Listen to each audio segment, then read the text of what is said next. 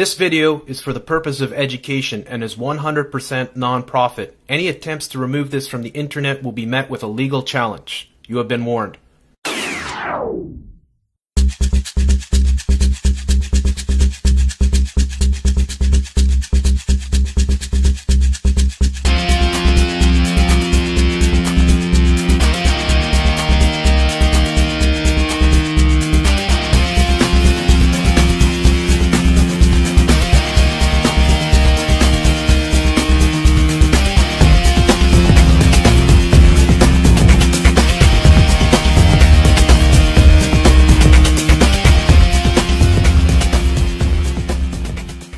Hi there everyone, how you doing? It's me, it's Jeff C. It is Tuesday, May the 20th, and you may have heard, there's actually this memorial that's about to open in New York City. Yeah, it's for a little event, maybe you recall, happened quite a while ago. It's called 911. Yes, this propaganda piece, this new museum, this propaganda museum is going to open up, and you can be sure that the corporate media will be there to cover every inch of this event. And in order to build up the whole thing and to put you in the propaganda mode, I know, I'm preaching to the converted. You can trust the corporate news network here, CNN. Nobody brings you government propaganda better than the CIA running the corporate news network. And look at this thing. This creature, his name is Jack Tapper. Tapper. You ever remember that old classic video game where it's called Tapper and they're filling up your beers?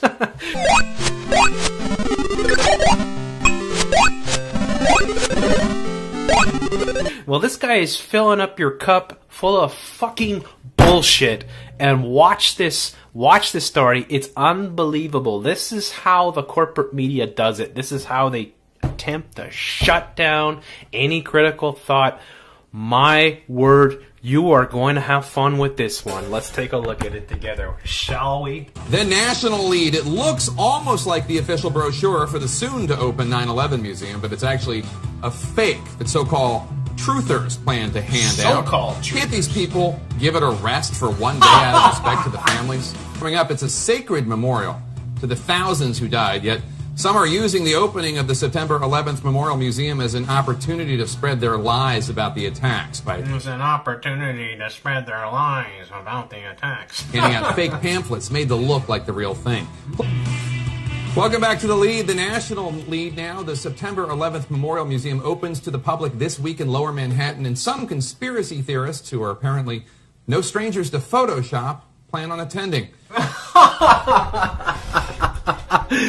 Some conspiracy theorists, those damn dastardly conspiracy theorists. You know who they are, those crazy guys, right, with the tinfoil hats? Well, yeah, they're just gonna happen to be there pushing their bullshit. Hey, let's continue, shall we? According to the Village Voice newspaper, which broke the story, the conspiracy group Architects and Engineers for 9/11Truth Conspiracy group, Architects and Engineers for 9/11Truth plan on standing outside the entrance on opening day to hand out fake museum brochures designed to look exactly like the real ones. Take a look.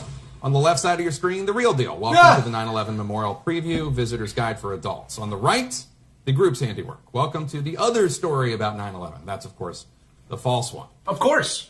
You know that. That's the false one, right? The real one is on the left here. The real one comes from the government. It's the real one. It's the truth. The government never lies. Are you fucking kidding me? You think the government lies? What's the matter with you? Are you stupid? What's the matter with you? I apologize. What's the matter with you? The government never lies. They never lie about anything. And you're a fucking fool if you believe otherwise. Right? Let's continue, Mr. Tapper. Inside, they claim they've compiled, quote, a vast amount of evidence, I'm using the term loosely there, proving, that's their word, not ours, that all three World Trade Center skyscrapers were deliberately destroyed by explosives on 9/11. Of course, they don't actually prove anything except for man's capacity for believing crazy things and man's insensitivity to, for instance, the families of the approximately 3,000 people killed in New York, the Pentagon, and in a field in Pennsylvania. Yeah, they don't do anything except prove man's capacity for believing crazy things, right? Because you're a fucking loon if you believe in anything other than the official story of the 19 jihadists armed with box cutters who took down the strongest nation in the history of the world. Then I thought somebody was barbecuing. I said, "Oh Lord Jesus, it's a fire." That's not a far-fetched tale. Hell no. That happens all the time. Let's continue, Mr. Tapper. Fill us up with more bullshit, mister. Pennsylvania, by Islamic terrorists with Al-Qaeda, as every credible investigation has actually proven. Every credible investigation has actually proven. Actually, most of the investigations have proven that they are completely incompetent. In fact, the most famous 9/11 Commission report is full of redacted bullshit and is completely missing huge amounts of information, of course, because it's all there to set up and tell you the official story. Ain't nobody got time for that. Let's listen to this person here from Slate. Let's bring in Emily Bazelon, senior editor at Slate, for more on this. Emily, we are more than a decade She's ready to after play the the role. tragedy of 9/11. Why do these truthers have such staying power? I don't know. Maybe it's because they've got a lot of solid evidence? Could be. It's such a good question, the persistence of the theory. You know, usually with a conspiracy theory, you imagine that people are trying to make sense of the senseless. But with 9/11, we have a real conspiracy called Al-Qaeda.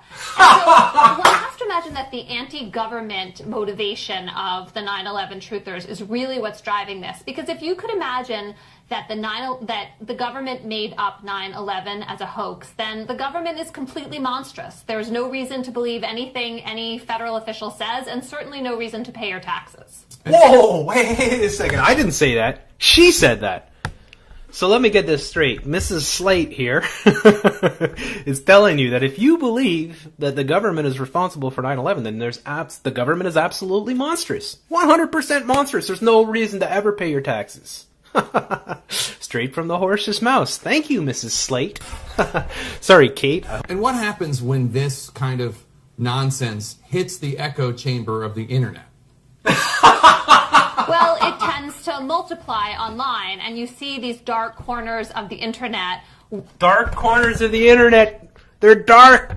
They're dark corners. There's dark people in there. White Walkers. They're in there. They're in the corners. They're conspiring. They're coming up with all these crazy things. They're echoing each other's information. They're a bunch of lunatics. Right, Chink? Lunatics, man. Where people pile on, and there's this very minute parsing of the technicalities of the supposed evidence, and more detail gets added and accumulated, and it kind of feeds on itself. And the idea here, right, is not just that the 3 buildings were destroyed by explosives, that it's all part of this grand conspiracy where the U.S. government, I mean, let me state, if I haven't made it clear enough, none of this is true. This is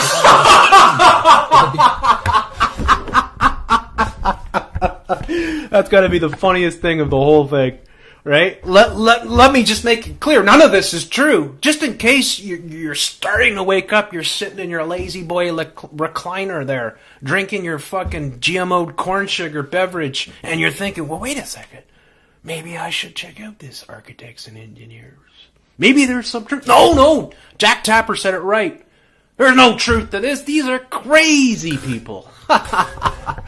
Let's continue. U.S. government faked it, killed all these people intentionally. U.S. government faked it, killed all these people intentionally, and it was just to start a war in Iraq and another one in Afghanistan. Is that the idea that they're going for here? That's the idea, and just to state it is to show how horrifying it is.